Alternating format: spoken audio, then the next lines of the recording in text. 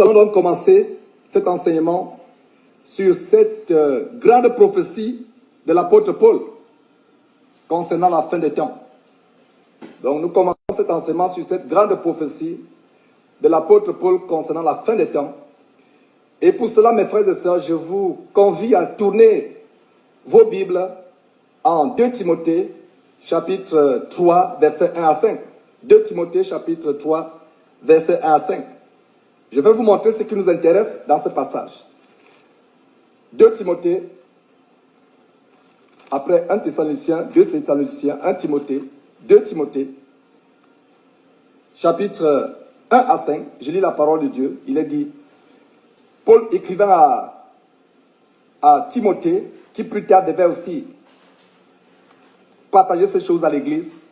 Paul donc écrivant à Timothée, 2 Timothée chapitre 3 verset 1 dit, sache que dans les derniers jours, il y aura des temps difficiles, car les hommes seront égoïstes, amis de l'argent, fanfarons, hautains, blasphémateurs, rebelles à leurs parents, ingrats, irréligieux, insensibles, déloyaux, calomniateurs, intempérants, cruels, ennemis des gens de bien, traîtres, emportés, enflés d'orgueil, aimant le plaisir plus que Dieu, ayant l'apparence de la piété, mais reniant ce qui en fait la force. Éloigne-toi de ces hommes-là. Voilà cette grande prophétie de l'apôtre Paul concernant la fin des temps. Et aucune personne écoutant ce passage ne pourra nier une seule seconde que nous sommes en train de vivre ces choses. Les hommes sont égoïstes. Les gens sont amis de l'argent. Ils sont fanfarons. Ils sont hautains. Ils blasphèment le nom de Dieu. Les enfants de plus en plus sont rebelles à leurs parents. Les gens sont irréligieux. Les gens sont insensibles. Combien de vidéos nous avons vues sur YouTube où les gens meurent aux États-Unis, la voiture écrase quelqu'un, la personne n'est même pas encore morte, mais les gens passent, personne ne s'en soucie. Peut-être la personne aurait dû être sauvée si quelqu'un était là. C'est ça le mot ici, insensible. Les gens n'ont plus la sensibilité. Les gens sont devenus insensibles. Ça, c'est les choses des derniers temps que nous vivons. Les gens sont insensibles, déloyaux. Les gens manquent de loyauté. Ils sont calomniateurs, la calomnie. On a vu ça dernièrement avec l'usage de la langue. Comment un usage inapproprié de la langue pouvait nous entraîner en enfer. Donc la calomnie, calomniateur, intempérant, cruel, la cruauté, ennemi des gens de bien, traître, emporté, enflé d'orgueil, aimant le plaisir plus que Dieu. Vous voyez, Paul énumère ces choses. Mais ce qui nous intéresse ici, mes bien-aimés frères et sœurs, c'est un mot, les gens seront amis de l'argent. C'est le sujet de cet enseignement, l'amour de l'argent. L'amour de l'argent, c'est une arme fatale que Satan utilise pour amener beaucoup de gens en enfer. L'amour de l'argent. Il n'est pas dit l'argent, mais il est dit l'amour de l'argent. Dans quelques instants, je vous montrerai les traits caractéristiques de l'amour de l'argent. Et si quelqu'un se reconnaît dans l'une des caractéristiques que je vais donner, c'est que la personne a l'amour de l'argent. Il faut prier Dieu pour s'en débarrasser. Et cet enseignement va choquer beaucoup de personnes. Beaucoup de personnes qui pensaient qu'elles n'avaient pas l'amour de l'argent vont se retrouver. Quand je vais nommer les caractéristiques tellement simples de l'amour de l'argent, vous serez choqués. Voilà l'arme fatale de Satan dans ces derniers temps. C'est l'amour de l'argent.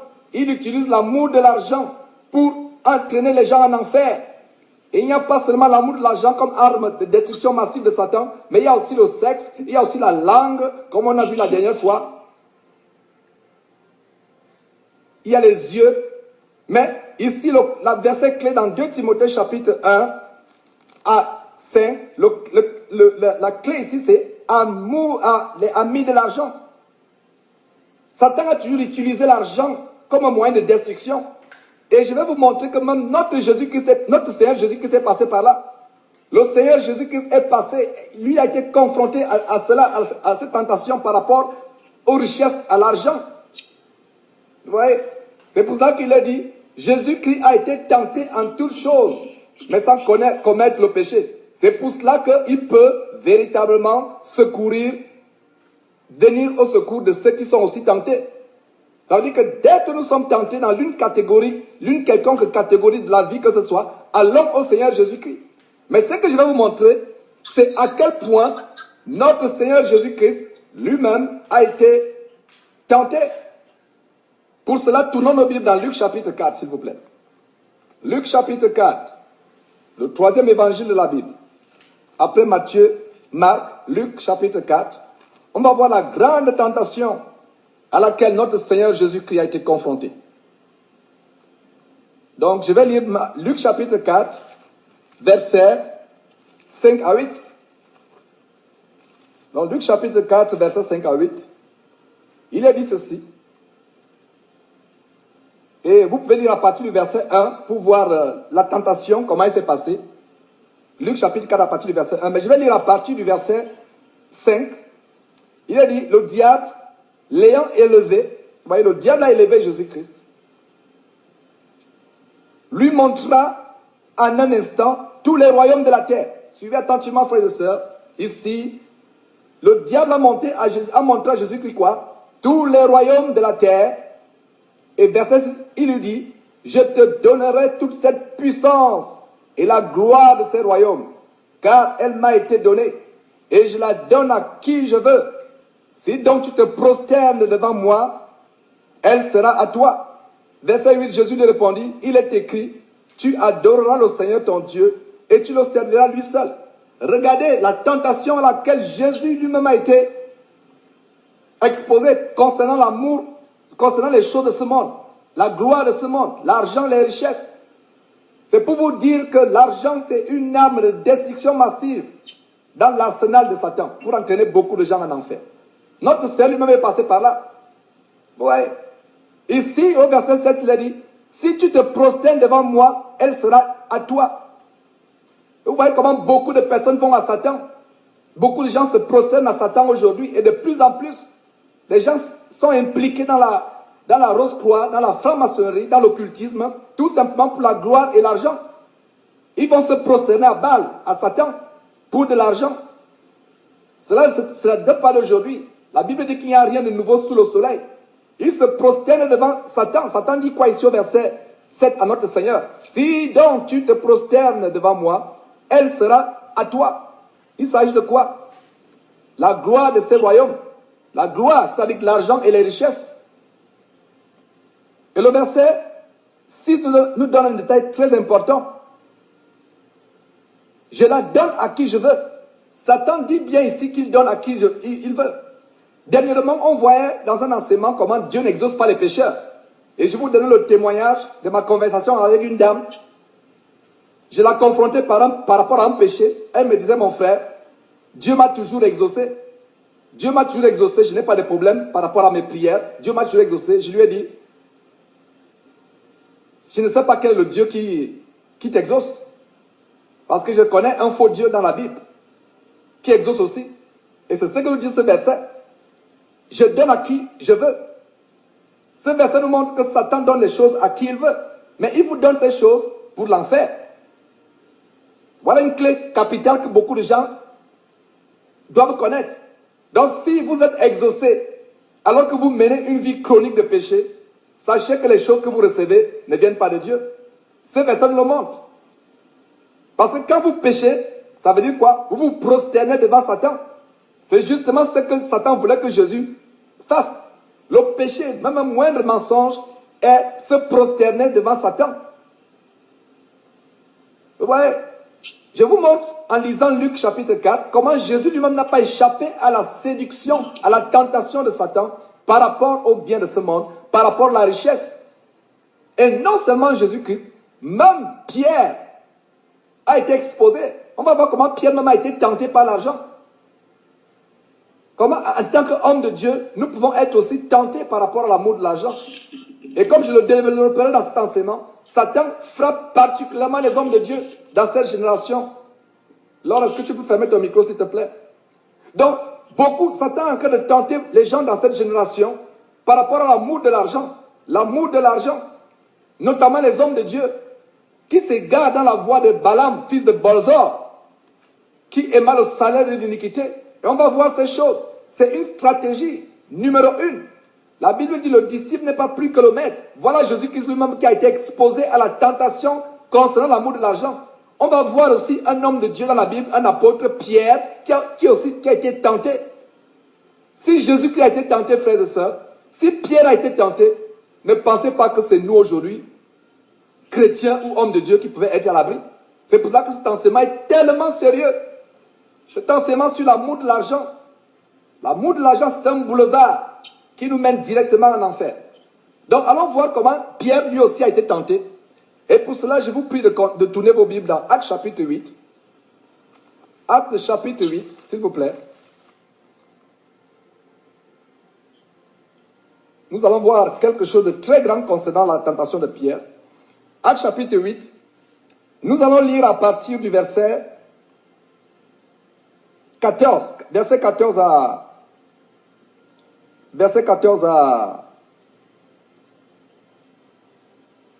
24. Verset 14 à 24. Mais avant de lire le verset 14 à 24, je vais vous donner le contexte de l'histoire. Le contexte de l'histoire ici, c'est comment la parole de Dieu était prêchée dans la Samarie. Donc Philippe était descendu dans la Samarie pour prêcher Jésus-Christ.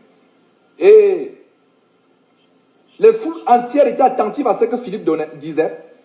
Et ces foules, les gens apprirent comment Philippe faisait, rempli par le Saint-Esprit, faisait des miracles. Les esprits impurs sortaient de plusieurs démoniaques en poussant des cris. Les gens étaient guéris, beaucoup de boiteux, des paralytiques étaient guéris. Et la ville était dans la grande joie. Il y avait la joie dans la ville. Et avant cela, avant que Philippe vienne dans cette ville était ensorcelée par un puissant magicien. Ce magicien s'appelait Simon. Donc cette ville était possédée, ensorcelée, envoûtée par les miracles sataniques d'un homme qui s'appelait Simon. L'homonymie avec Simon Pierre m'a toujours frappé. Et vous allez voir ce qui va se passer. Donc, cet homme, à partir du verset 9, il a dit que donc, cet homme faisait donc se donnait pour un personnage important. C'était une personnalité importante dans cette ville. Il exerçait la magie, provoquait l'étonnement du peuple de la Samarie. Donc tous venaient à lui, depuis le plus petit jusqu'au plus grand. Il écoutait attentivement et il disait, celui-ci est la puissance de Dieu qui s'appelle la grande. Regardez le détail ici. Ils attribuaient même la puissance, ils attribuaient à Satan, ils attribuaient à Dieu les miracles sataniques de ce monsieur. Regardez, vous pensez que c'est nouveau? Ce n'est pas nouveau. Aujourd'hui, nous allons voir comment certains, soi-disant hommes de Dieu, poussés par Satan, font des miracles. Et les croyants qui n'ont pas le discernement attribuent cette puissance à Dieu. Est-ce que c'est nouveau? Ça n'a pas été nouveau. Ce n'est pas nouveau, il n'y a rien de nouveau sous le soleil. Vous voyez, au verset 9, il disait, celui-ci est la puissance de Dieu qui s'appelle la grande. Ils attribuaient cette puissance satanique à qui? À Dieu. Et voilà ce que Satan fera toujours. Mais ça, ce n'est pas le sujet. Le sujet, c'est de vous montrer comment cet homme a voulu séduire Pierre avec l'argent. Donc, verset 12, il a dit, d'abord au verset 11, donc les gens de cette ville l'écoutaient attentivement parce qu'ils les avaient longtemps étonnés par les actes de magie. Le mot étonné ici, c'est ensorcelé ou fasciné ou envoûté. Verset 12. Mais quand ils eurent cru à Philippe, qui leur annonçait la bonne nouvelle du royaume de Dieu et du nom de Jésus-Christ, hommes et femmes se firent baptiser. Vous voyez comment les gens sont détournés de Simon le magicien pour se tourner à l'évangile de Jésus-Christ. Ils furent baptisés. Verset 13. Simon lui-même crut. Lui-même le magicien, il crut. Vous voyez? Et vous allez constater que Simon crut, mais il n'était pas vraiment né de nouveau. Parce qu'il y avait un cordon ombilical qui était encore là. Il crut, mais il n'était pas né de nouveau. Et on va voir la différence entre croire et véritablement naître de nouveau. Dans le cas de Simon, il y a beaucoup d'enseignements qu'on peut voir à travers cette histoire de Simon. Mais nous allons nous limiter dans le contexte comment Satan utilise l'argent pour séduire l'humanité, pour les amener en enfer. Et il fait même de plus en plus de ravages dans l'église. Je vous assure, les chrétiens aiment l'argent plus que les gens du monde. Et vous serez choqués par les révélations que je vais vous donner, selon que l'océan m'inspire. Vous voyez? Donc, verset 13, Simon lui-même crut, et après avoir été baptisé, il ne quittait plus Philippe, et il voyait avec étonnement les miracles et les grands prodiges qui s'opéraient. Il voyait avec étonnement. Quelqu'un qui avait passé des années à étonner, à épater une ville, c'est lui maintenant qui est épaté. Voilà la puissance de Dieu, qui n'a pas de pareil, qui n'a pas d'équivalent. Quand je pense que les gens vont à Satan pour la puissance, s'ils pouvaient savoir que la puissance de Satan n'est rien, voilà une preuve de quelqu'un, un magicien, serviteur de Satan, qui épatait une ville, mais lui-même, quand il était confronté à l'évangile de Jésus-Christ, la vraie évangile, il a été transformé, il a cru et il était étonné par les miracles et les prodiges qui s'opéraient par les disciples de Jésus-Christ. Il est dit qu'il ne quittait plus Philippe, mais je vais vous montrer qu'il y avait la malice. La raison pour laquelle Simon le magicien ne quittait plus Philippe, c'est par la malice, par la ruse. Ce n'était pas c'est pour des raisons d'intérêt. C'était de manière calculative et intéressée. Donc l'histoire commence à devenir intéressante ici au verset 14. Les apôtres qui étaient à Jérusalem, ayant appris que la Samarie avait reçu la parole de Dieu, y envoyèrent Pierre et Jean.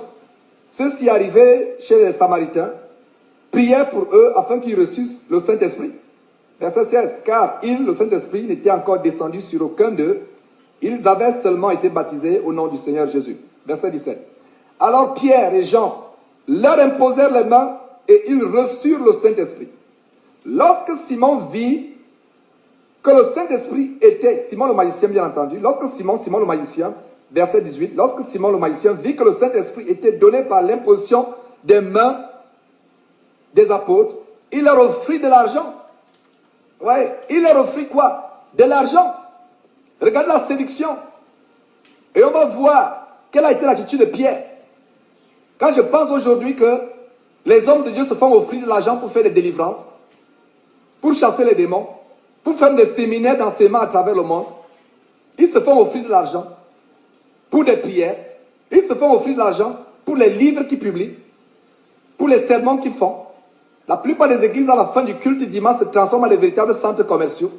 Dimanche, les hommes de Dieu aujourd'hui se font offrir de l'argent. Mais voyons ce que Pierre a fait.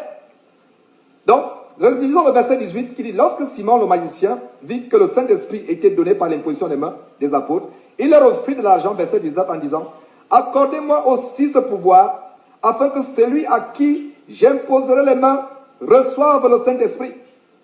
Vous voyez, il voulait acheter le pouvoir du Saint-Esprit. Ça me fend le cœur quand je vois comment il y a des séminaires payants où les gens vous disent que pour recevoir la puissance payée, on parle de discipola. Je ne sais même pas s'il y a dans la Bible ce mot discipola, un mot pour épater les gens.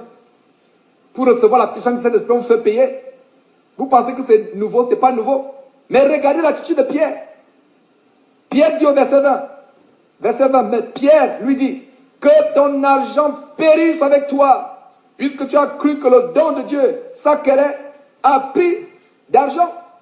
Vous voyez, beaucoup de soi-disant hommes de Dieu aujourd'hui auraient accepté l'argent s'ils étaient à la place de Pierre, de Simon-Pierre, l'apôtre de Jésus-Christ. Mais qu'est-ce que Pierre dit au verset 20? Mais Pierre leur dit, lui dit, que ton argent périsse avec toi, puisque tu as cru que le don de Dieu s'acquérait à prix d'argent.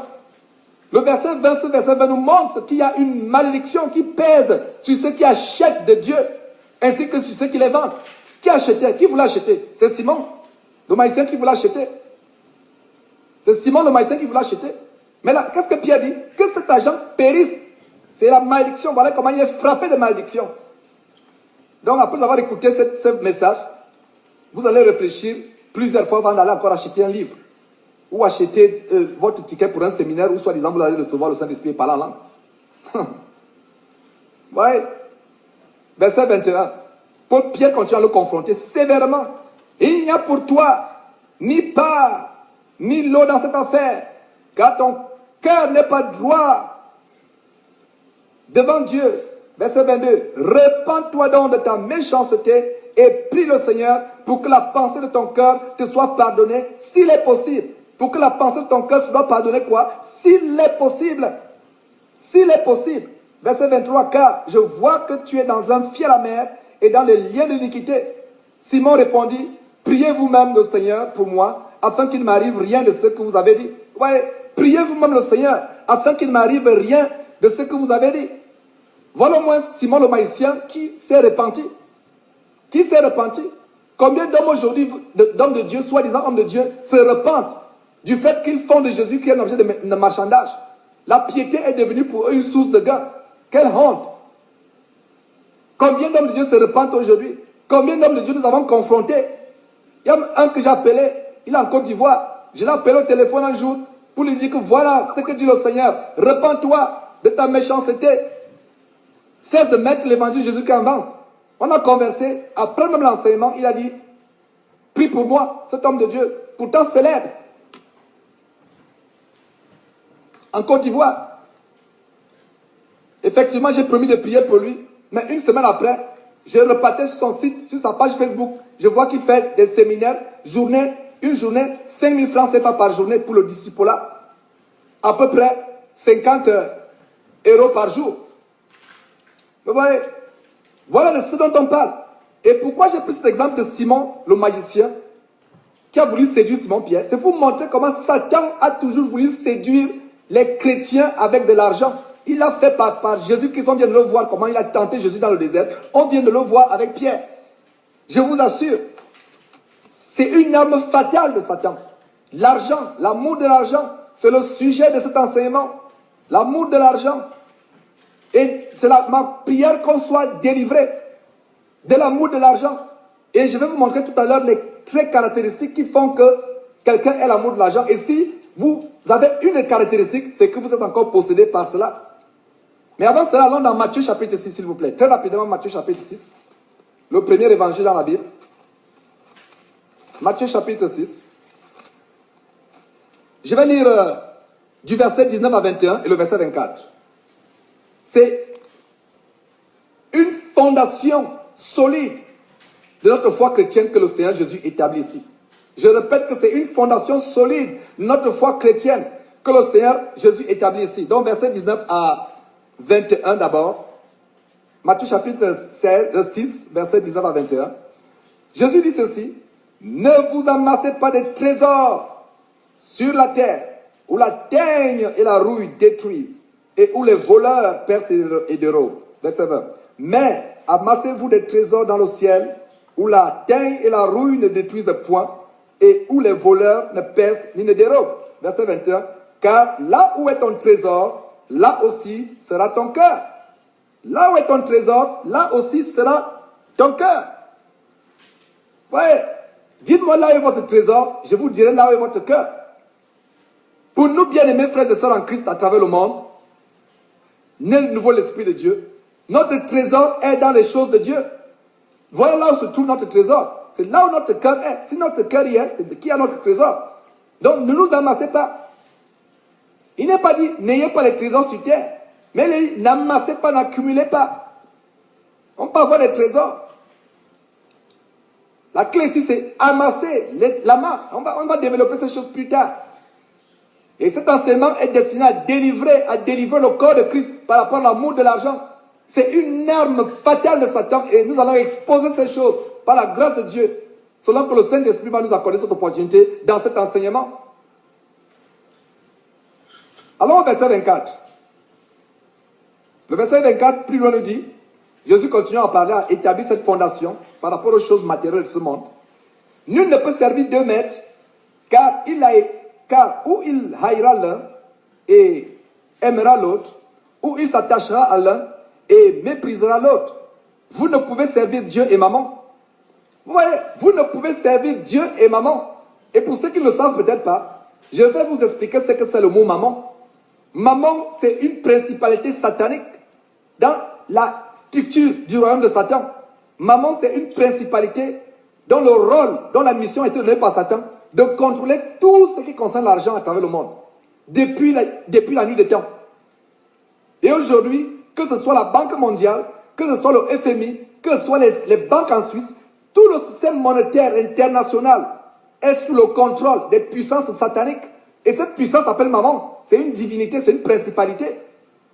Dans le royaume, c'est une principalité maman. Donc quand on dit maman, nous avons affaire à une principalité satanique qui coordonne tout ce qui est lié à l'argent.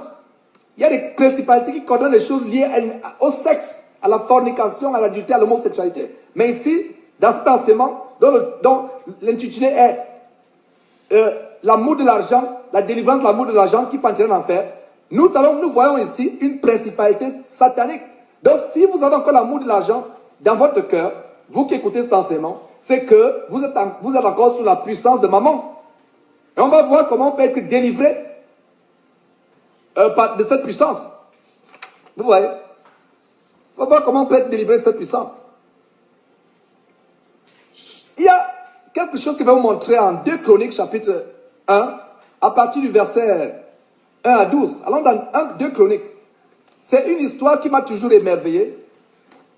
C'est l'histoire de Salomon, du roi Salomon, le fils de David, que Dieu a fermissé dans son règne.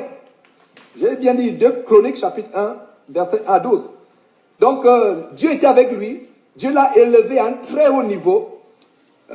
Salomon aussi, il a pris son pouvoir en main. Il a hérité le trône, le règne en Israël de son père David après sa mort. Et donc c'était quelqu'un qui était élevé vraiment, il a commencé à donner les ordres à Israël, aux chefs des milliers, des centaines, des juges, des princes de tout Israël, aux chefs des maisons, etc. Et donc un jour, David se trouvait devant le tabernacle de l'Éternel.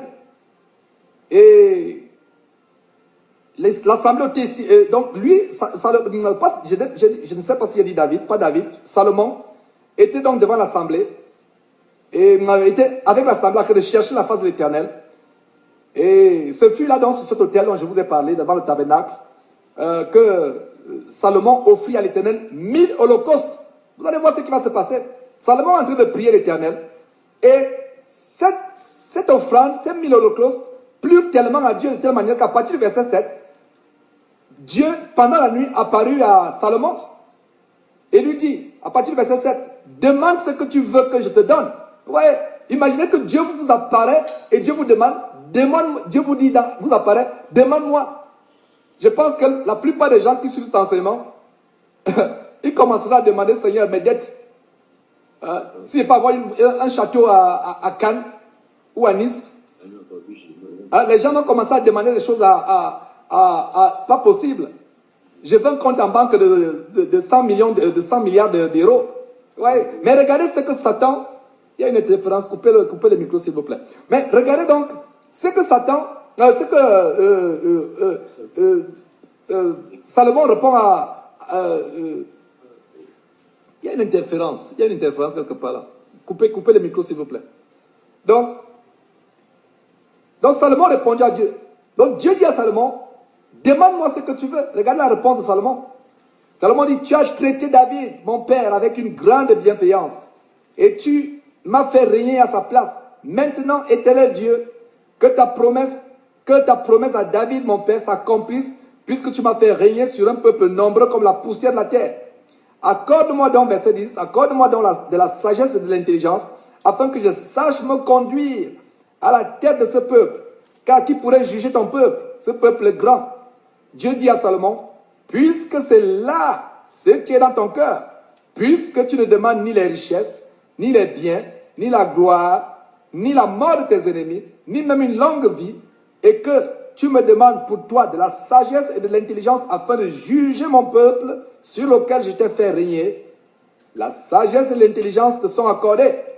Je te donnerai en outre des richesses, des biens et de la gloire, comme n'en a jamais eu aucun roi devant toi et comme n'en aura aucun roi après toi.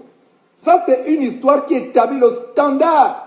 Je vous assure, voilà un homme à qui Dieu apparaît. Dieu dit, demande-moi tout ce que tu veux. Il a dit, je veux seulement la sagesse et de l'intelligence. Dieu a donc dit, puisque tu n'as pas demandé les biens, la mort de tes ennemis, la gloire de ce monde, je te donnerai non seulement la sagesse et l'intelligence que tu as demandé, mais je te donnerai au-delà.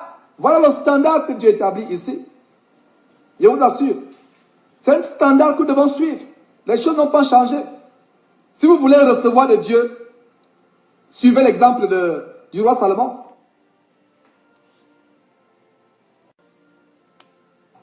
C'est pour ça que la Bible dit, cherchez premièrement le royaume et la justice de Dieu, et toutes ces choses vous seront données par-dessus. Voilà la première chose que nous devons chercher. Matthieu chapitre 6, verset 33. Voilà ce que Salomon a cherché. Et ça, c'est la clé pour une vie dans l'abondance. C'est la clé pour une vie dans l'abondance. Vous voyez? Beaucoup de gens sont tourmentés pour s'enrichir aujourd'hui. Beaucoup de gens sont tourmentés. Les gens sont prêts à tout faire pour devenir riches. Ils sont prêts à mentir, à faire n'importe quoi. Mais que dit Proverbe chapitre 23, verset 4 à 5? Proverbe chapitre 23, verset 4 à 5 dit quoi? Et c'est le roi Salomon, dont on parlait tout à l'heure dans 2 Chroniques, qui donne ses conseils. Donc il donne ce que lui-même a appliqué. Le cœur du roi Salomon n'était pas porté à l'argent. C'est pour ça qu'il est dit dans... C'est pour ça que le même roi Salomon, donnant des conseils, dit ceci en Proverbe chapitre 23, verset 4 et 5, il a dit, ne te tourmente pas pour t'enrichir, n'y applique pas ton intelligence. Veux-tu poursuivre du regard ce qui va disparaître? Car la richesse fait des ailes. Et comme l'aigle, elle prend son vol vers les cieux. Voilà. N'appliquons pas notre intelligence pour nous enrichir, mes frères et sœurs. Ne nous tourmentons pas. Il y a des gens qui ont même des nuits blanches pour savoir comment ils peuvent fructifier leurs revenus, comment ils peuvent faire de grandes choses avec leur argent. Il y a des gens qui passent le temps à... Ils ont des insomnies de nuit blanches. La richesse fait des ailes.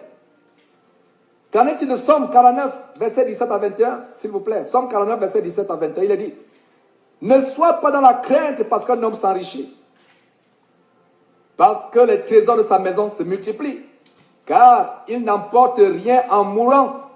Suivez attentivement, il a dit qu'il n'emporte rien en faisant quoi? En mourant.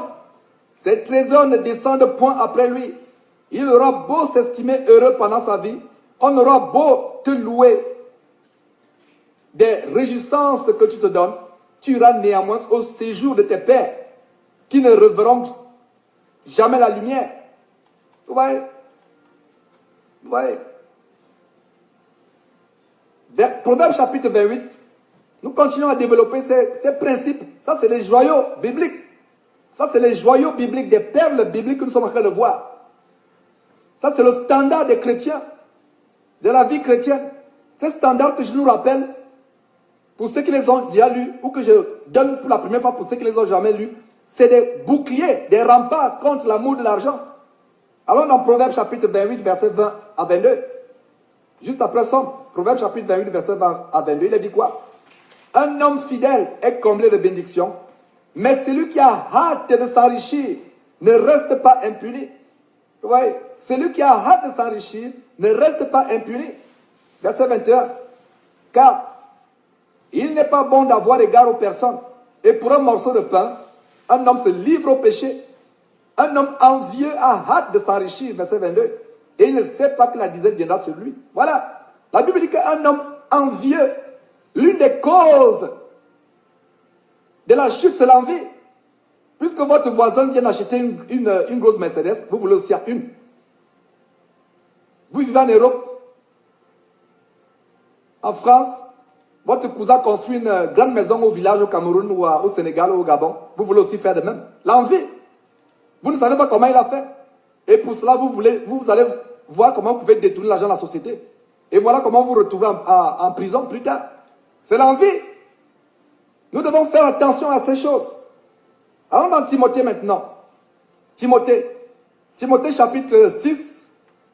1 Timothée chapitre 6 contient des grandes clés par rapport à ces choses que je suis en train de partager.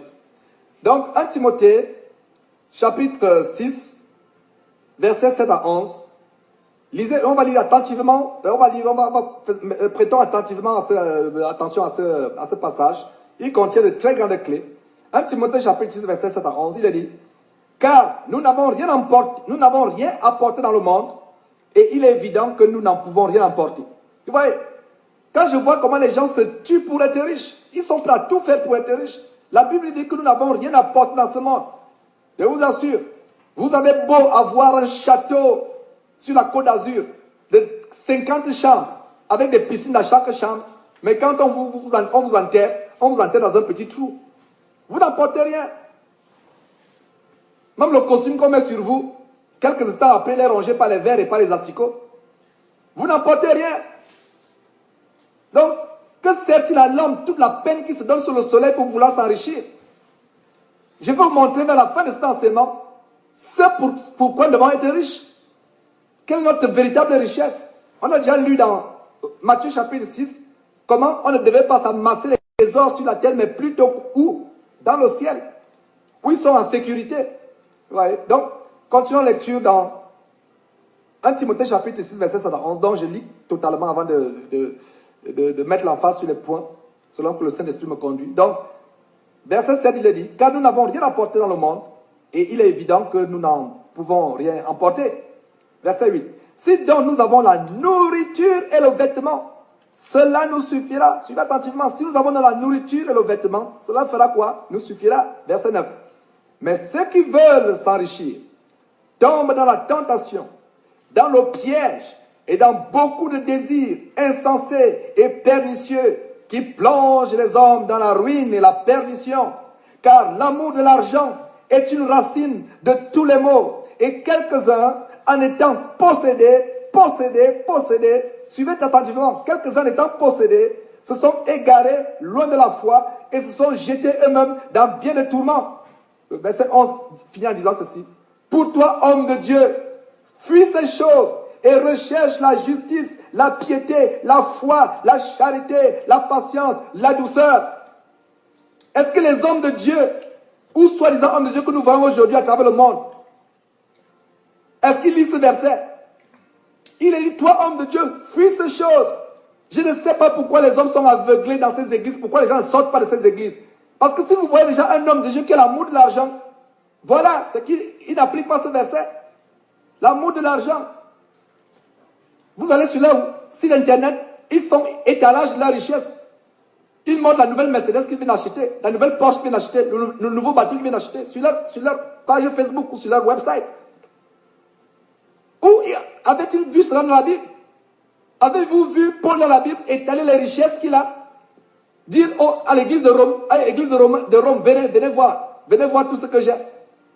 Ils étalent les nouvelles richesses. Ils étalent la maison. Et ils vont vous dire que non, Dieu les a rendus prospères. Voilà, la Bible dit quoi? Pour toi, homme de Dieu, fuis ces choses et recherche la justice, la piété, la foi, la charité, la patience, la douceur. Voilà ce pourquoi chrétiens, chrétiennes, à travers le monde, nous devons être riches. Voilà la richesse. Notre richesse doit être en justice, piété, foi, charité, patience, douceur. Voilà ce pourquoi nous devons être riches. Et il y a un détail au verset 10. Le verset 10. Car l'amour de l'argent est une racine de tous les maux. Quelques-uns en étant possédés. Regardez le mot possédé. Qu'est-ce qu'ils possèdent? Ce sont les démons. Donc c'est clair que quand Paul parlait ici, Paul parlait des gens qui ont ouvert leur vie, leur corps à la possession des démons qui contrôlent l'amour de l'argent. J'aimerais qu'on découvre ces révélations profondes, frères et sœurs. L'amour de l'argent.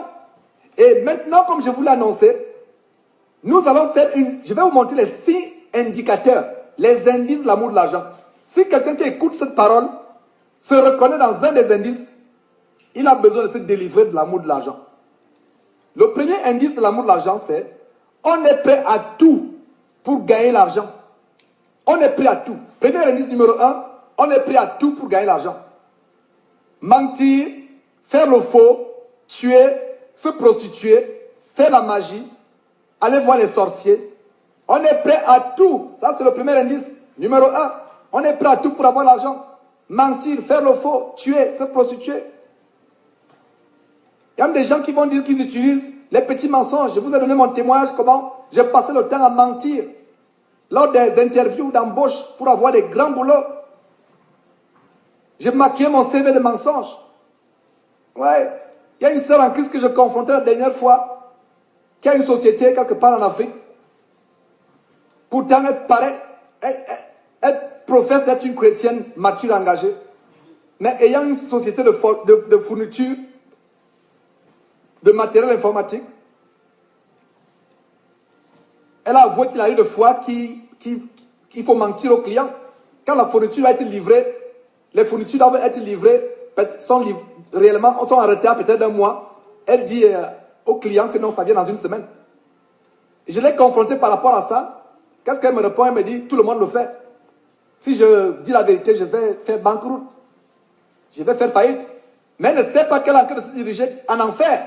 Si elle ne se répand pas de cette pratique. Même un petit mensonge, vous voyez. Dans le premier indice, je reprends, on va citer les indices, les signaux qui indiquent l'amour de l'argent quelque part dans quelqu'un. Dans le premier indice, c'est qu'on est prêt à tout pour gagner l'argent. Mentir, faire le faux, tuer, se prostituer, faire la magie, aller voir les sorciers, faire n'importe quoi, vendre la drogue, vendre les stupéfiants. On est prêt à tout.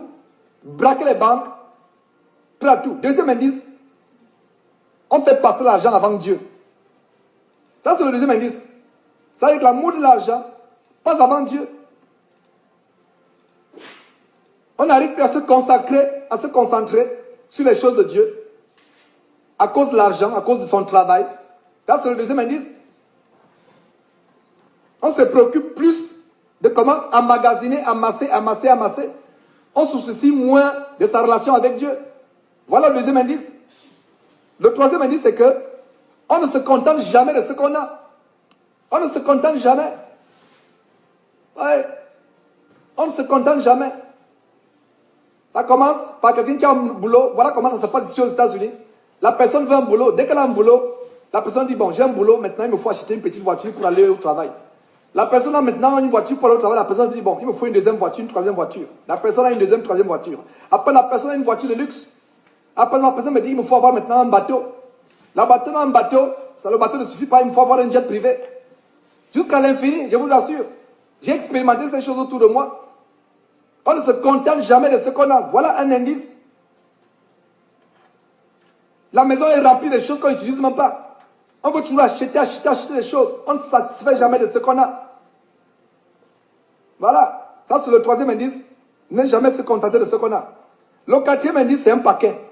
Le quatrième indice, c'est un paquet qui contient quoi? La convoitise, l'envie, la jalousie et la cupidité. Si quelqu'un est encore envieux, ou à la convoitise, ou à l'envie, ou la cupidité, c'est l'indice. Le cinquième signal, indicateur qui montre qu'on a encore l'amour de l'argent, c'est que on néglige sa famille, son époux ou épouse, et ses enfants pour gagner plus d'argent. On néglige. Voilà notre indice. Comme Landry disait la dernière fois, quelqu'un a un travail normal qui peut lui faire avoir de l'argent pour nourrir sa famille et avoir même encore pour toute bonne œuvre, parce que c'est là le standard du chrétien. Mais la personne va travailler deux boulots, il va me travailler la nuit, parce que peut-être, comme c'est le cas dans l'Allemagne, selon le témoignage de Landry, ça paie mieux. Donc la personne, matin et soir, travaille, jour et nuit travaille. Et la personne est surprise que la femme a une grossesse extramaritale, ou la femme a un amant. Elle est seulement surprise, il est seulement surpris par une lettre de divorce. Il ou elle, vice versa, ça dépend selon que c'est de l'homme ou de la femme. Vous voyez, les enfants sont négligés, laissés à eux-mêmes. À cause de l'amour de l'argent, toujours vouloir gagner. J'ai un témoignage qui m'a fendu le cœur. Et ça vient de mon épouse. Confort. Elle avait un professeur à l'université. Quelqu'un qui gagne très bien l'argent en tant qu'un expert comptable. Et un jour, lui rentrait très tôt le matin. Il sortait très tôt le matin, pardon, et rentrait la nuit. Et un jour, il est rentré plus tôt que prévu. Et son enfant de 5 ans environ, il est rentré, il rencontre son enfant au couloir. L'enfant de 5 ans lui dit, l'enfant de 5 ans commence à crier et appeler la maman. Il y a un étranger dans la maison, il y a un étranger dans la maison, il y a un étranger dans la maison. Il y a un étranger. La maman vient, la maman dit, quel étranger à la maison? Mais c'est ton père. Ça a choqué ce monsieur. Ce monsieur a décidé de laisser son travail d'expert comptable et de devenir professeur d'université. C'est comme cela que mon épouse l'a donc connu. Donc, il était ancien, un des anciens de mon épouse. Vous voyez, l'amour de l'argent. Cinquième indice, on néglige sa famille, son épouse et ses enfants pour gagner plus d'argent, plus d'argent, plus d'argent. Autre indice, c'est quoi? Le quatrième indice, là, ça c'est le cinquième indice maintenant. On ne donne pas son argent aux pauvres, aux indigents et aux veuves, aux orphelins. Ça, c'est un indice, je vous assure. Si vous avez du mal à aider les pauvres avec votre argent, à aider les orphelins, à aider les veuves, parce que c'est là le standard que Jésus-Christ est venu établir. Le quatrième indice, là ça c'est le cinquième indice maintenant, on ne donne pas son argent aux pauvres, aux indigents et aux veuves ou aux orphelins. Ça c'est un indice, je vous assure. Si vous avez du mal à aider les pauvres avec votre argent, à aider les orphelins, à aider les veuves, parce que c'est là le standard que Jésus-Christ est venu établir. Si vous avez du mal, c'est un problème. Voilà, ça c'est un autre indice. Sixième indice, on a du mal à aider les pauvres. On a du mal. On a du mal à aider, à faire de l'aumône, à faire des offrandes, à faire de l'aumône aux pauvres. Et même quand on donne, ce sont les miettes qu'on donne, c'est le superflu qu'on donne. Vous voyez? On a du mal à donner aux pauvres, aux orphelins, aux veuves, aux indigents. Et quand même on arrive à donner, on donne les miettes ou les superflus. Ça, c'est le sixième indice. Le septième indice, c'est quoi? C'est l'avarice. Être avare. Ça, c'est le septième indice. Si quelqu'un est égoïste, avare, la personne n'est jamais prêtée. On vient vous voir pour une aide, vous fermez la porte. Ça, c'est un indice de l'amour de l'argent. L'avarice, l'égoïsme. Et justement, on a lu ça dans 2 Timothée, quand Paul, dans cette prophétie, disait que dans les derniers temps, les gens seront égoïstes. Ça, c'est l'égoïsme. C'est un autre caractère. Vous voyez? Être égoïste. Et maintenant, dernier trait, le dernier trait s'applique aux hommes de Dieu. S'il y a un homme de Dieu qui m'écoute, ce dernier trait s'applique aux hommes de Dieu. Le dernier trait, c'est quoi? Vendre les choses de Dieu. Jésus-Christ a dit, vous avez reçu gratuitement, donnez gratuitement. Et aujourd'hui, il trouve des excuses pour mettre les choses de Dieu en vente.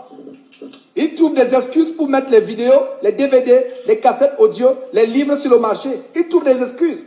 Ils sont tellement forts. Ils ferment les yeux sur ce verset qui dit, vous avez reçu gratuitement, donnez gratuitement. Ils ferment les yeux sur ces choses. Ils mettent la parole de Dieu en vente. Montrez-moi un seul instant où Jésus-Christ a mis la guérison en vente, a mis les sermons en vente. Montrez-moi un seul instant dans la Bible, frères et sœurs. Jésus a nourri des milliers de personnes à plusieurs reprises gratuitement. Il a même aidé un des disciples à payer les impôts, en lui donnant de l'argent de manière miraculeuse. Un homme de Dieu qui met les choses de Dieu en vente, il a besoin de délivrer l'amour de l'argent. Parce que c'est l'amour de l'argent, les gens trouvent des excuses. Ils vont vous dire que c'est des frais d'impression de livres. Dieu vous a envoyé imprimer un livre, écrire un livre. Le Dieu qui vous a inspiré un livre n'est-il pas le même Dieu qui peut vous donner miraculeusement l'argent pour s'en occuper? Et les gens vont vous donner des excuses telles que non, nous devons recouvrer les frais de dépenses d'impression. Vous voyez ces choses. Donc voilà les clés, il y en a d'autres. Et selon que le Saint-Esprit, vous qui écoutez cet enseignement, selon que le Saint-Esprit vous inspire, vous allez voir d'autres indices de l'amour de l'argent. Nous sommes en train de voir pour ceux qui se joignent à nous, comment l'amour de l'argent peut entraîner les gens en enfer. Et il faut que nous soyons délivrés. Vous voyez? Allons dans Jérémie, s'il vous plaît. On va continuer à voir ces choses. Nous avons vu les critères de l'amour de l'argent. Et Jérémie nous donne un des critères. Les gens qui sont prêts, qui reçoivent les richesses par la fraude. Jérémie chapitre 5, verset 26 à 30 dit quoi? Il dit, car il se trouve parmi mon peuple des méchants. Écoutez très bien Jérémie chapitre 5, verset 26 à 30. Verset 26. Car il se trouve parmi mon peuple des méchants. Ils épient comme l'oiseleur qui dresse des pièges. Ils tendent des filets et prennent des hommes. Comme une cage est remplie d'oiseaux. Leur maison est remplie de fraude. Écoutez attentivement. Leur maison est remplie de quoi? De fraude. Donc, ça veut dire que tous les biens qui sont dans leur maison, en fait, c'est la fraude. C'est la fraude. Ouais.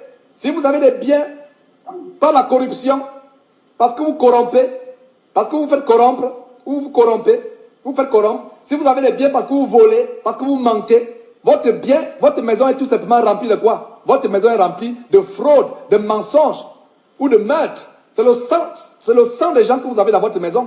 Si vous obtenez les biens dans votre maison ou les biens de votre compte bancaire par le faux, par la ruse, par la malice, par le mensonge, par le meurtre, par la sorcellerie, votre maison est remplie de fraude et de sang. C'est le sang des gens qui est rempli dans votre maison.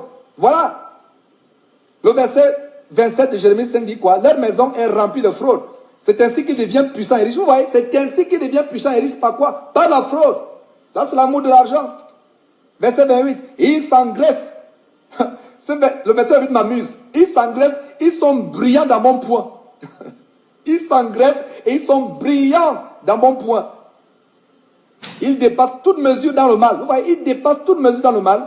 Ils ne défendent pas la cause de l'orphelin. Et ils prospèrent.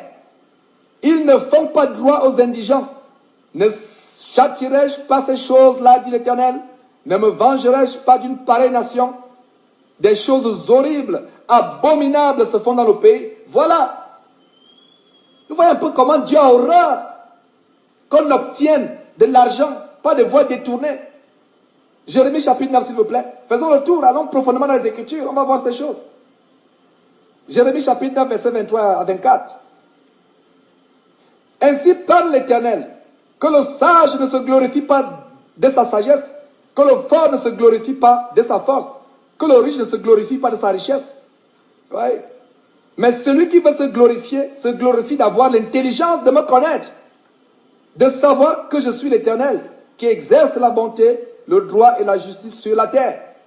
Car c'est à cela que je prends plaisir, dit l'Éternel. Vous voyez, une des caractéristiques de l'amour de l'argent, c'est se glorifier en ses richesses. Et non pas, et se glorifier en ses richesses. Se glorifier en les richesses, alors que ce que Dieu veut, c'est que nous ayons de la sagesse et de l'intelligence pour le connaître. Et c'est ça en quoi nous devons nous glorifier. Exactement comme on a vu le cas avec le roi Salomon à 2 Chroniques chapitre 2. Vous voyez? Alors, dans Jérémie chapitre 17. Jérémie chapitre 17. Comme une perdrix qui couvre les œufs qu'elle n'a pas pondus, tel est celui qui acquiert des richesses injustement. Au milieu de ses jours, il doit les quitter et à la fin, il n'est qu'un insensé. Écoutez attentivement ce verset, vrai, frère. Jérémie 17, 11, je relis. Comme une perdrix qui couvre des œufs qu'elle n'a point pondus, tel est celui qui acquiert des richesses injustement. Au milieu de ses jours, il doit les quitter. Vous savez que vous voyez quelqu'un qui était riche, il s'est engraissé, il était brillant, bon. Subitement, il est frappé par une crise cardiaque. Il abandonne toutes ces choses à une autre personne. Vous voyez? Et justement, Proverbe chapitre 21, verset 6 dit, les trésors acquis par une langue mensongère sont une vanité fugitive et l'avant-coureur de la mort. Je reprends Proverbe chapitre 21, verset 6. Des trésors acquis par une langue mensongère sont une vanité fugitive et l'avant-coureur de la mort. Oui. On s'amasse des richesses, l'amour de l'argent, et cela rend orgueilleux. Vous êtes rempli d'orgueil. Votre cœur se lève. Oui. Votre cœur se lève et rempli d'orgueil. Et la parole de Dieu dit que nous ne devons pas nous glorifier à nos richesses. Nous devons plutôt nous glorifier au fait que nous connaissons l'Éternel. Nous avons l'intelligence de connaître l'Éternel. Voilà ça en quoi nous nous glorifions, frères et sœurs. Voilà. Et c'est ce que, justement, Salomon, dans la sagesse que Dieu lui a donnée, nous dit en Proverbe chapitre 2, verset 1 à 5. Proverbe chapitre 2, verset 1 à 5 nous dit ceci. Mon fils, si tu reçois mes paroles, et si tu gardes avec toi mes préceptes, si tu rends ton oreille attentive à la sagesse, et si tu inclines ton cœur à l'intelligence, oui, si tu appelles la sagesse, et si tu élèves ta voix vers l'intelligence, si tu la cherches comme l'argent, si tu la poursuis comme un trésor, alors tu comprendras la crainte de l'Éternel. Alors tu comprendras la crainte de l'Éternel. Alors tu comprendras la crainte de l'Éternel. Regarde le verset 5. Et tu trouveras la connaissance de Dieu. Voilà la richesse que nous devons poursuivre. Nous devons chercher l'intelligence de connaître Dieu comme de l'argent. Nous devons poursuivre cela comme un trésor. Et c'est ainsi qu'au verset 5, nous comprenons la crainte de l'Éternel. Nous comprenons la crainte de l'Éternel. Voilà le standard auquel nous devons arriver. Voilà le standard auquel nous devons arriver. C'est le standard auquel nous devons arriver, mes frères et sœurs. On est rempli d'orgueil. Le cœur est enflé d'orgueil à cause des richesses. on s'amasse de l'argent, on s'amasse de l'or, c'est aussi un signe de l'amour de l'argent. Parce que si vous êtes orgueilleux parce que vous avez l'argent, c'est un signe parce que vous mettez toute votre confiance dans l'argent. Ouais. Je vais vous montrer quelque chose de très intéressant dans la parabole du semeur. Quelque chose de tellement intéressant dans la parabole du semeur. Et pour cela, allons dans Matthieu chapitre 13. On va lire du verset 4 au verset 11 et du verset 18 au verset 24 par rapport à la parabole du semeur. Et vous allez voir, je vais vous montrer quelque chose de tellement intéressant. Ouais. Et pour question de temps, je vais vous faire le résumé de ce récit. Jésus donne une parabole de quelqu'un qui est sorti pour semer. Et un semeur qui est sorti pour semer. Donc il a semé dans 3 sortes d'endroits. Des endroits pierreux. La semence est tombée dans 3 sortes d'endroits. Premier endroit, les endroits pierreux. Il n'y avait pas là beaucoup de terre. Donc la semence leva. Mais parce qu'elle ne trouva pas un sol qui était profond, elle brûla aussitôt quand le soleil... elle brûlait et sécha aussitôt quand le soleil parut. Parce qu'il n'y avait pas de racines. Donc ça, c'est le premier endroit. Deuxième endroit, c'est quoi? La semence tombe parmi les épines. Donc les épines sont élevées, les épines ont étouffé cette semence et elle ne donne aucun fruit. Dans la troisième partie, c'est que la semence tomba dans la bonne terre et elle donna du fruit, un grain 100, un autre 60, un autre 30. Et les disciples ne comprenaient pas cette parabole. Et c'est ainsi qu'ils sont approchés de Jésus-Christ pour que Jésus-Christ leur explique cette parabole. Et au verset 18 de Matthieu chapitre 13, Jésus leur dit: vous donc écoutez ce que signifie la parole du semeur. Donc Jésus commence à leur expliquer cela. Et ce qui m'intéresse par rapport à ce sujet de l'argent, c'est le verset 22. Ce qui arrive quand la semence tombe parmi les épines. Donc verset 22, Matthieu chapitre 13, verset 22, il est dit ceci: celui qui a reçu la semence parmi les épines, c'est celui qui entend la parole, mais en qui les soucis du siècle et la séduction des richesses étouffent cette parole et la rendent infructueuse. Voilà ce que je voulais vous montrer. Vous recevez la parole de Dieu comme au milieu des épines. Ces épines, c'est quoi? Les soucis du monde, les soucis du siècle, les séductions de la richesse. Ça étouffe la parole. La parole n'a pas de produit en vous. Parce que tout ce qui vous préoccupe, comment vous en sortir financièrement? Comment avoir les revenus? Voilà ce qui préoccupe votre tête à longueur de journée. Alors que notre tête à longueur de journée doit être préoccupée comment plaire à Dieu, comment gagner le royaume de Dieu. À longueur de journée, votre tête est préoccupée comment amasser de l'argent, comment sortir de mes problèmes financiers. Voilà ce qui préoccupe notre tête. Alors que Matthieu chapitre 6, verset 33 dit: cherchez premièrement la justice et le royaume de Dieu, et toutes ces choses vous seront données par-dessus. Mes frères et sœurs, voilà le secret pour la délivrance financière.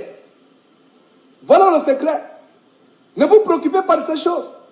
Que les factures s'amoncellent, que les dettes s'amoncellent, s'entassent, ce n'est pas votre problème. Continuez à rendre grâce à Dieu. Et puis même le fait d'être dans les dettes vient des mauvaises décisions sur le plan financier. Et les mauvaises décisions sur le plan financier viennent au fait de l'amour de l'argent. C'est un cercle vicieux. C'est pour ça que Dieu doit le délivrer de ces choses. L'amour de l'argent.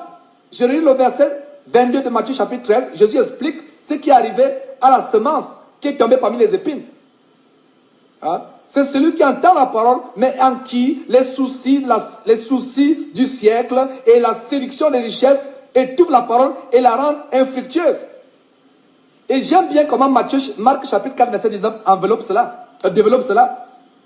Le même verset en Marc chapitre 4, verset 19 dit: mais en qui les soucis du siècle, la séduction des richesses et l'invasion des autres convoitises étouffent la parole et la rendent infructueuse. Donc Marc chapitre 4, verset 19 ajoute un autre détail en dehors de la séduction des richesses, les soucis du siècle, mais l'invasion des autres convoitises. La tête est envahie par d'autres convoitises. On ne se contente jamais de ce qu'on a. Vous voyez? C'est tellement important les choses que nous sommes en train de voir. L'amour de l'argent. L'amour de l'argent. Et nous allons voir ce que Jésus dit venu se jeter devant lui. Voilà le standard. Vous allez voir, Jésus a montré qu'il est difficile pour un homme qui se confie à des richesses d'entrer dans le royaume de Dieu. Il est difficile. Landry m'a bien la dernière fois. Jésus n'a pas dit, un homme qui est riche n'entrera pas dans le royaume de Dieu. C'est pas ça. Écoutez très bien. Mais il a dit, il est difficile. Et sachez, frères et sœurs, que plus vous êtes riche, plus vous vous éloignez du royaume de Dieu. Ça dépend de comment la sagesse. Maintenant, il peut arriver que vous ayez beaucoup d'argent, mais je vous assure que vous devez arriver à un autre niveau de renouvellement de votre intelligence pour ne pas tomber dans la séduction. C'est un autre niveau. Quand vous êtes abondamment riche, il faut une grâce particulière de renouvellement de l'intelligence pour ne pas tomber. Comprenez ces choses. Dieu n'est pas contre la richesse. Dieu n'est pas contre l'abondance. La Bible dit que Dieu dit quelque part, l'or et l'argent m'appartiennent. Mais plus Dieu vous bénit, plus Satan fera aussi, plus Dieu vous bénit financièrement, plus Satan fera aussi tout pour utiliser cette bénédiction financière pour vous entraîner en enfer. Comment trouver l'équilibre? C'est dans la parole. C'est pour ça que j'enseigne ces choses.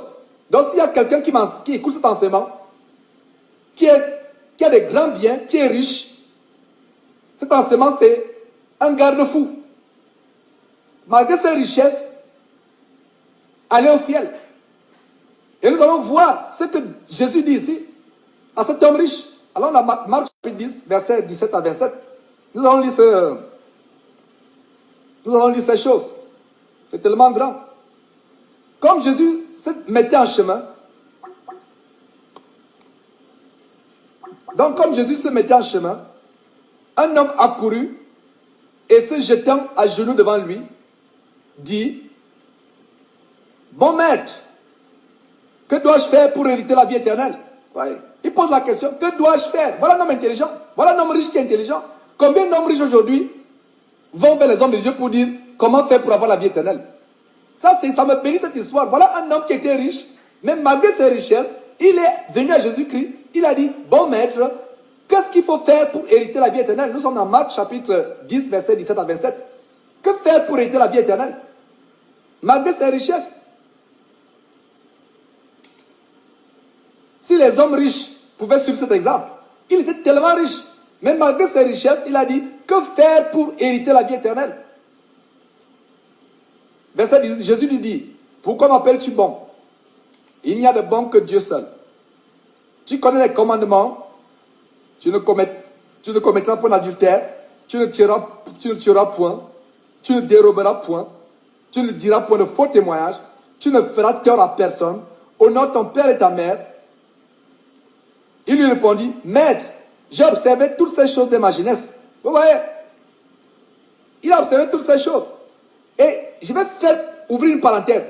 Jésus énumère les choses qui nous empêchent d'aller au ciel, qui nous empêchent d'aller en enfer, pardon, qui nous empêchent d'aller en enfer. Jésus énumère les choses qui font qu'on ait la vie éternelle, qu'on est au royaume de Dieu. Jésus énumère les choses qui font que vous soyez pas à l'enlèvement, que vous n'ayez pas en enfer. Ces choses, c'est quoi? Tu ne commets pas d'adultère, tu ne tues pas, tu ne dérobes pas, tu ne fais pas de faux témoignages et tu ne fais de tort à personne. Tu honores ton père et ta mère. Et qu'est-ce que l'homme riche dit à Jésus? Il lui dit, au verset 20, il répondit, pardon, nous sommes au verset 20, il lui répondit, maître, j'ai observé toutes ces choses dès ma jeunesse. Verset 21, Jésus l'ayant regardé l'aimant et lui dit, avant de continuer ce que Jésus lui a dit, il y a le mot sur lequel je vais attirer votre attention. Jésus le regarda et l'aima. Oh là là, est-ce que vous savez pourquoi Jésus l'a aimé? Jésus a aimé parce que cet homme observait les commandements de Dieu. Donc Jésus nous aime et nous aimera toujours si on observe les commandements de Dieu. Si on n'observe pas les commandements de Dieu, Jésus ne nous aimera pas. Vous voyez, c'est un détail très important que j'ai découvert. Ouais. C'est un détail très important. Jésus l'aima parce qu'il a dit que j'observe toutes ces choses que me dit depuis la jeunesse. Mais ce n'est pas tout. Jésus lui dit ceci. Il te manque une chose. Va, vends tout ce que tu as et donne-le aux pauvres. Et tu auras un trésor dans le ciel. Puis viens et suis-moi. Voilà le standard. Tu as tes biens, tu les vends, tu les donnes aux pauvres. Et tu suis Jésus-Christ. Voilà le standard. Verset 22. Mais affligé de cette parole, cet homme s'en alla tout triste, car il avait de grands biens. Verset 23, Jésus, regardant autour de lui, dit à ses disciples qu'il sera difficile à ceux qui ont des richesses d'entrer dans le royaume de Dieu. Les disciples furent étonnés de ce que Jésus parlait ainsi. Et reprenant, il leur dit, mes enfants, il est difficile à ceux qui se confient en des richesses d'entrer dans le royaume de Dieu. Vous voyez, il est difficile de ceux qui se confient en des richesses d'entrer dans le royaume de Dieu. Si toute votre vie tourne autour de vos richesses, vous n'entrerez pas dans le royaume de Dieu. Il est difficile. Ouais. Il est difficile.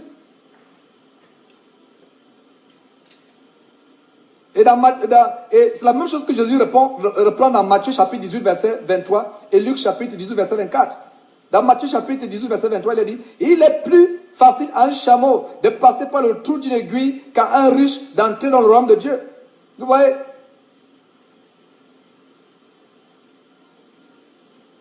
C'est des choses tellement importantes que nous sommes en train de voir là. Nous voyons quel est le standard que Jésus a établi.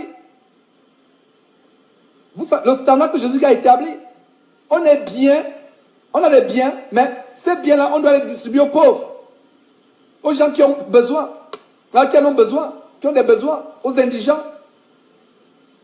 Ouais. Allons dans Luc, s'il vous plaît. Continuons à développer ces choses. Luc chapitre 12, verset 13 à 21. En notre récit, vous allez comprendre de quoi il s'agit ici. Il s'agit de quelqu'un qui se plaindre au sujet de son frère par rapport à ce que le frère ne voulait pas partager l'héritage. Luc chapitre 12, verset 13 à 21, il dit quoi? Verset 13. Quelqu'un dit à Jésus, du milieu de la foule, Maître, dis à mon frère de partager avec moi notre héritage. Jésus, au verset 14, lui répondit, ô homme qui m'a établi pour être votre juge ou pour faire vos partages. Puis il a dit, gardez-vous avec soin de toute avarice. Vous voyez l'avarice? L'avarice, on l'a vu précédemment, être avare, c'est un signe de l'amour de l'argent. Les avares iront en enfer. S'il y a quelqu'un qui écoute cet enseignement qui est avare, s'il ne se libère pas de l'avarice, qui ne pense pas qu'il ira au ciel. Je vous assure. Puis il a dit, verset 15, Jésus leur dit, gardez-vous avec soin de toute avarice. Il dit, gardez-vous avec soin de toute avarice. Ouais. Gardez-vous avec soin de toute avarice. Car la vie d'un homme ne dépend pas de ses biens. Fut-il dans l'abondance? La vie d'un homme ne dépend pas de ses biens. Si vous ne pouvez pas, si votre vie dépend de votre bien, de vos biens, vous n'avez rien compris. La vie d'un homme dépend de la relation fructueuse, vivifiante, puissante qu'il a avec Dieu et Jésus-Christ. La vie d'un homme ne dépend pas de ton salaire, de ton compte d'épargne, de ta pension retraite. La vie d'un homme ne dépend pas de ces choses-là, de ses biens. Il y a beaucoup de personnes sans salaire, ils ne peuvent pas vivre. Sans pension retraite, ils sont morts. Ils vont sûrement pas se suicider parce qu'ils n'ont pas, La vie d'un homme ne dépend pas de ses biens. Voilà ce que l'apôtre Dieu déclare. La vie d'un homme ne dépend pas de ses biens, fut-il dans l'abondance. J'aimerais qu'on comprenne ces choses. C'est pour ça que j'insiste sur ces choses. Ouais. Verset 16. Et il a dit cette parabole. Donc voilà ce que Jésus parle à la foule par rapport à la question de ce frère qui se plaignait de ce que son frère ne voulait pas partager l'héritage. Donc Jésus adresse la foule. Verset 16. Et il a dit cette parabole. Les terres d'un homme riche avaient beaucoup apporté. Et il raisonnait en lui-même, disant, que ferai-je? Car je n'ai pas de place pour serrer ma récolte. Voici, dit-il, ce que je ferai. J'abattrai mes greniers, j'en bâtirai de plus grands. J'y amasserai toute ma récolte et tous mes biens. Verset 19, et je dirai à mon âme, tu as beaucoup de biens en réserve pour plusieurs années. Repose-toi, mange, bois et réjouis-toi. Verset 20, mais Dieu lui dit, insensé, cette nuit même, ton âme sera redemandée. Et ce que tu as préparé, pour qui cela sera-t-il? Vous voyez, cet homme, subitement, Dieu lui dit, voilà, tu t'enorgueillis, tu te dis, ton âme est tellement ton âme a beaucoup de biens en réserve pour plusieurs années, tu t'enorgueillis et tu dis à ton âme, réjouis-toi, repose-toi, mange, bois. Alors qu'est-ce que Dieu dit? Cette nuit même, ton âme te sera redemandée et ce que tu auras préparé, pour qui sera-t-il? Voilà comment cet homme est frappé de mort. Ça signifie que cet homme, instantanément, devait perdre sa vie parce qu'il se glorifiait de la sorte. Et le verset 21 de conclure dans ce récit, il en est ainsi de celui qui amasse des trésors pour lui-même et qui n'est pas riche pour Dieu. Voilà. Si vous avez des biens, ce n'est pas grave. Ce n'est pas un péché d'avoir beaucoup de biens. Que ceux qui écoutent cet enseignement, qui sont riches, ne se culpabilisent pas. Mais ne mettez pas votre orgueil, que votre richesse ne soit pas sur l'orgueil, que votre richesse ne soit pas pour vous quelque chose sans lequel vous ne pouvez pas vivre. Paul a dit, je sais vivre dans l'abondance, je sais vivre dans la richesse. Voilà le standard auquel nous devons nous élever. Dans l'abondance et dans la richesse, nous vivons. Parce que ce qui nous préoccupe, c'est comment aller au ciel. C'est comment avoir une place au ciel. Voilà ce qui nous préoccupe. Voilà ce qui nous préoccupe, bien aimés frères et sœurs.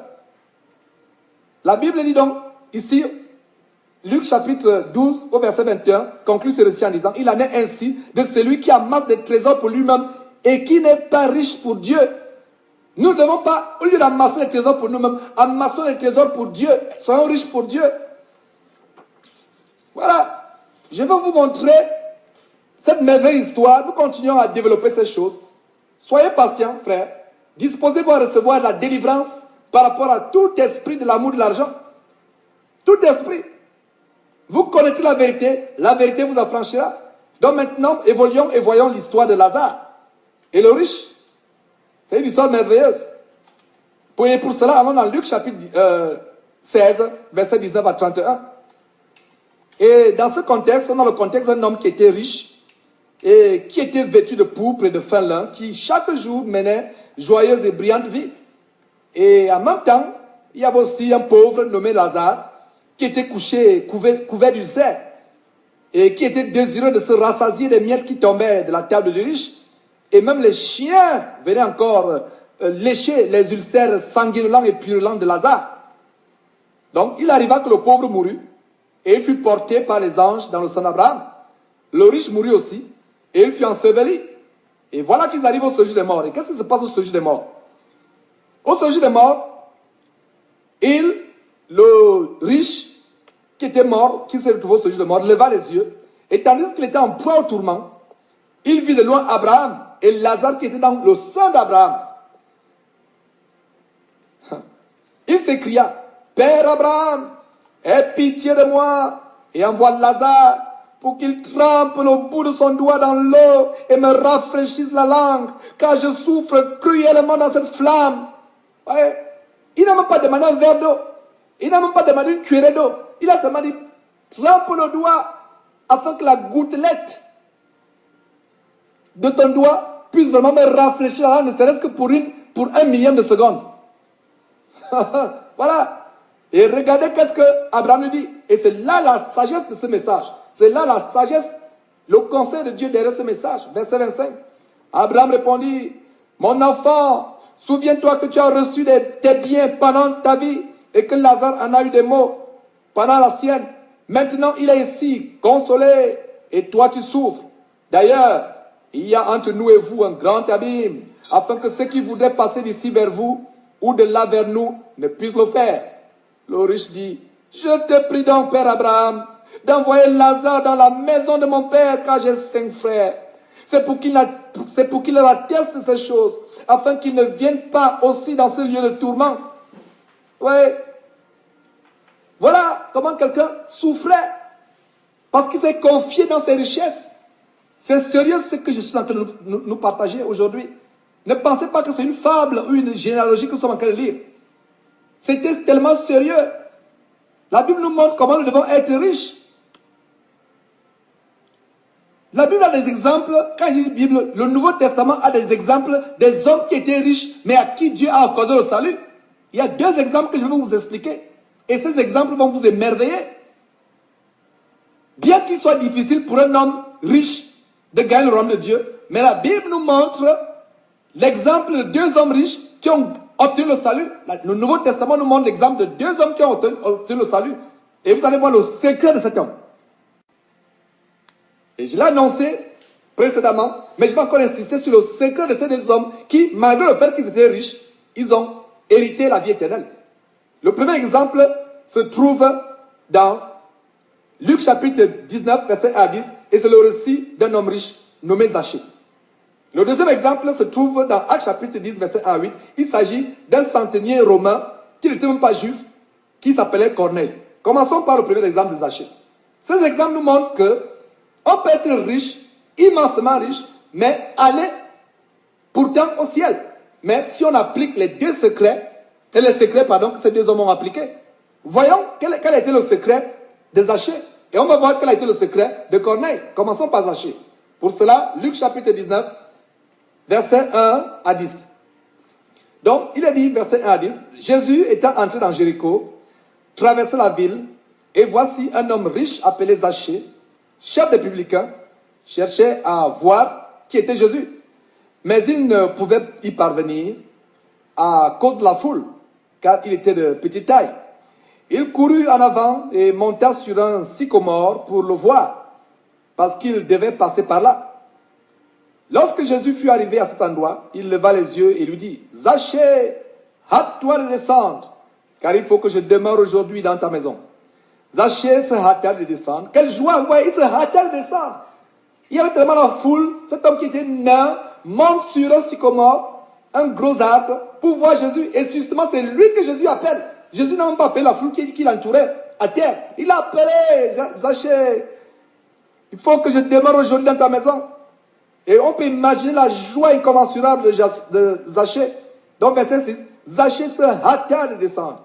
Et il le reçut avec joie. Verset 7, voyant cela, tous murmuraient et disaient, il est allé loger chez un homme pécheur.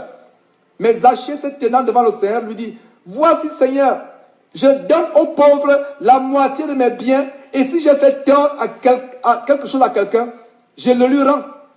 Jésus lui dit, le salut est entré aujourd'hui dans cette maison, parce que celui-ci est aussi fils d'Abraham, car le Fils de l'homme est venu chercher et sauver ce qui était perdu.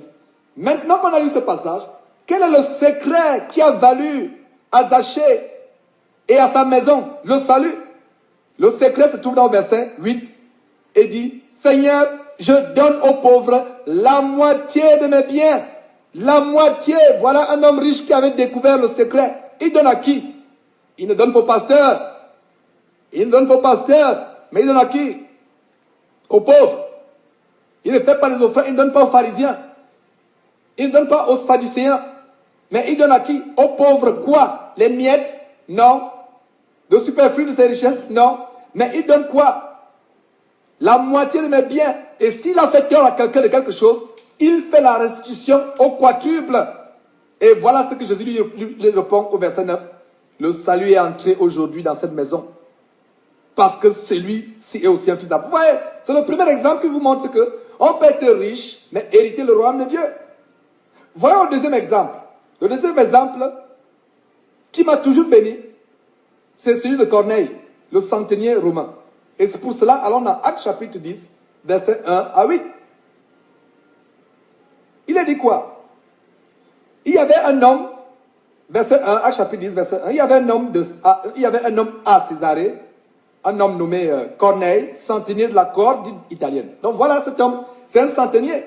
Et pour ceux qui ne savent pas ce que c'est un centenier, c'est un soldat romain qui est une sorte de capitaine de commandant qui encadre 100, il est responsable pour la subsistance, pour la gestion de 100 soldats. Donc c'était un homme riche, un homme prospère, un homme qui avait un bon statut social enviable. Verset 2. Cet homme était pieux et craignait Dieu. Voilà le premier secret par rapport à Corneille. Il était pieux et craignait Dieu. Il ne se confiait pas à ses richesses. Malgré ses richesses, il était pieux et craignait Dieu. Ses richesses ne l'avaient pas enorgueilli. Ses richesses ne l'avaient pas endurci. Malgré ses richesses, il était pieux et craignait Dieu avec toute sa maison. Regardez, non seulement lui, mais toute sa maison.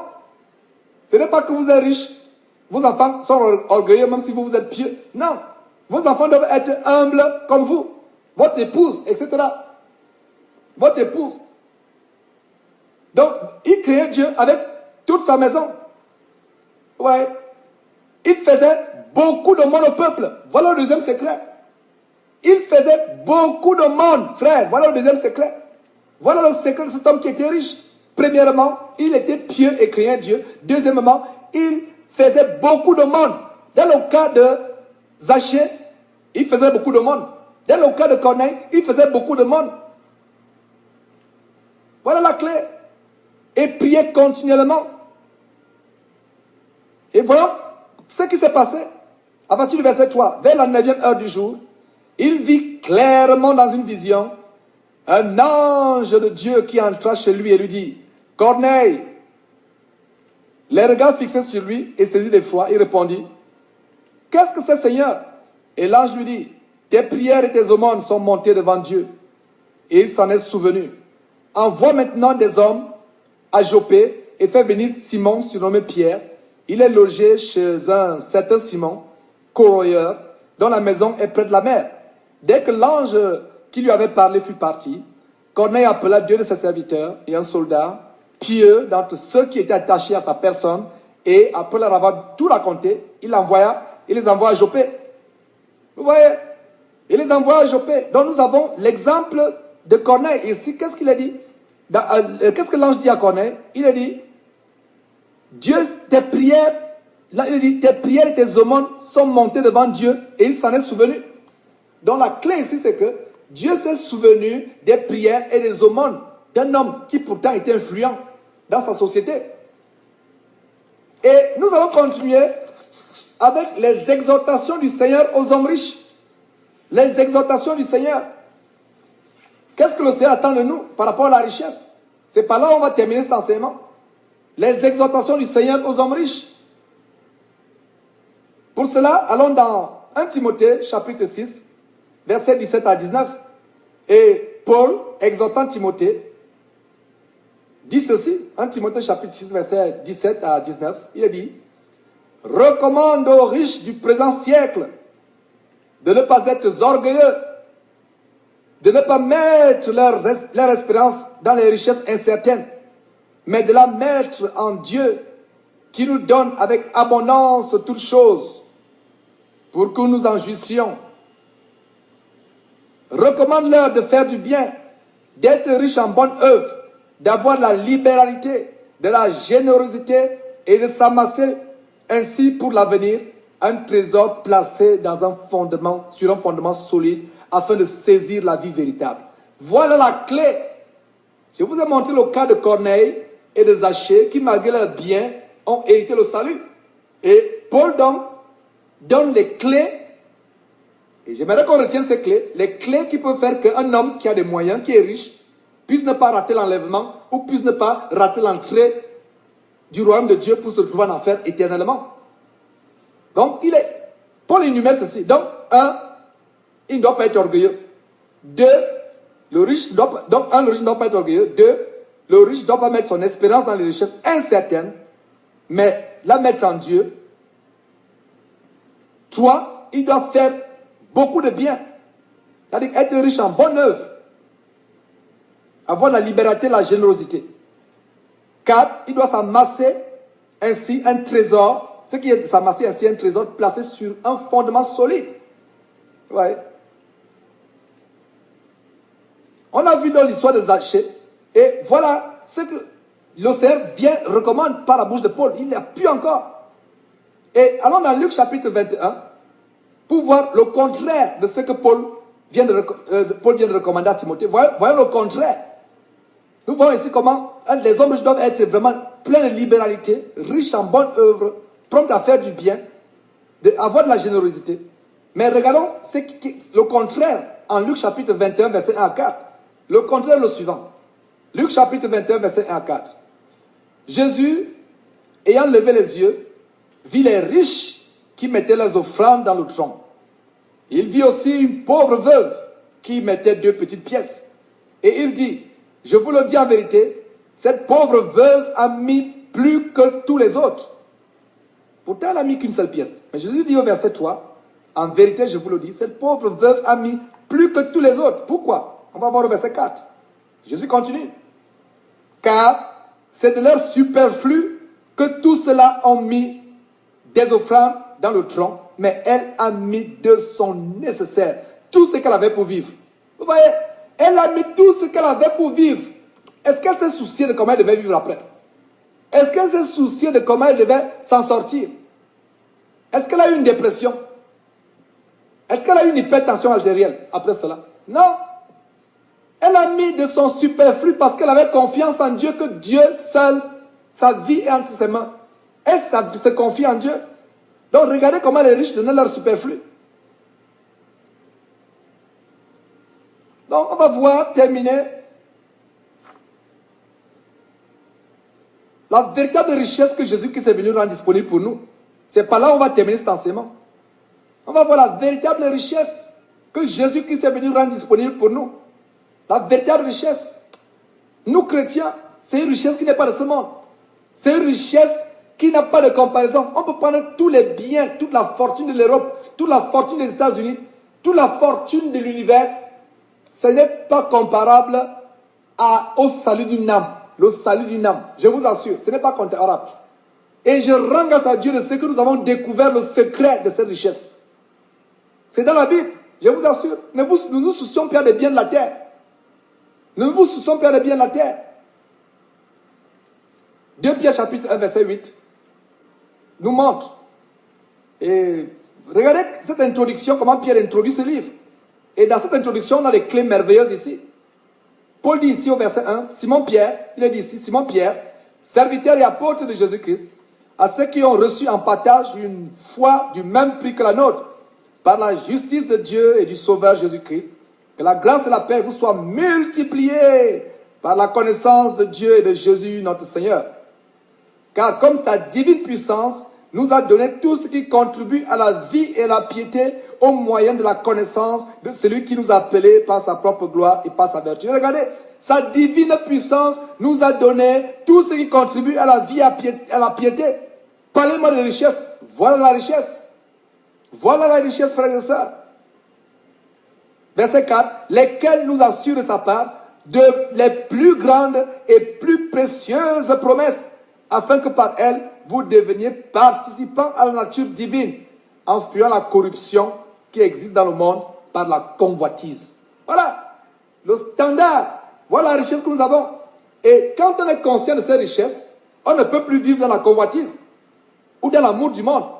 Parce que 1 Jean chapitre 2 à partir du verset 15 dit, n'aimez pas le monde, ni les choses du monde, car celui qui aime le monde, l'amour de Dieu n'est pas à lui. Parce que les choses du monde consistent, la convoitise des yeux, la convoitise de la chair, l'orgueil de la vie. Vous voyez? Mais nous avons reçu de plus grandes et précieuses promesses. Dieu nous a donné tout ce qui contribue à la vie et à la piété. C'est pour ça que le verset 5, 2 Pierre chapitre 1 verset 5 continue en disant, à cause de cela même, faites tous vos efforts. Écoutez très bien mes frères et sœurs, c'est un effort qu'on doit faire. Ce n'est pas facile, je sais. Mais ce sera un effort que ça demande. Verset 5, à cause de cela même, faites tous vos efforts pour joindre à votre foi la vertu, à la vertu la science, à la science la tempérance, à la tempérance la patience, à la patience la piété, à la piété l'amour fraternel, à l'amour fraternel la charité. Et le verset 8 de conclure, car si ces choses sont en vous et ils sont avec abondance, elles ne vous laisseront point oisifs ni stériles pour la connaissance de notre Seigneur Jésus-Christ. Regardez, Dieu dit ici d'ajouter à votre foi la vertu. Il n'y a pas de mensonge dans la vertu. Il n'y a pas de faux dans la vertu. Il n'y a pas de fraude dans la vertu. Il n'y a pas de cupidité dans la vertu. Il n'y a pas de convoitise dans la vertu. La vertu ne vole pas. La vertu ne détourne pas. La vertu ne se fait pas corrompre. C'est ça la vertu. Quand on dit un homme est vertueux, on a toujours l'exemple de Job, devant aux yeux duquel, aux yeux de Dieu, Job était un homme intègre et droit. Romains chapitre 10, verset 12, dit quoi? Il n'y a aucune différence en effet entre le juif et le grec, puisqu'ils ont tous un même Seigneur qui est riche pour ceux qui l'invoquent. Écoutez très bien, la parole de Dieu dit, Dieu est riche pour ceux qui l'invoquent.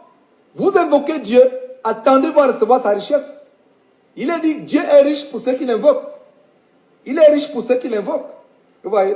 En Corinthiens chapitre 1, verset, allons plutôt à 2 Corinthiens chapitre 8, verset 9. Nous continuons à voir ces choses. 2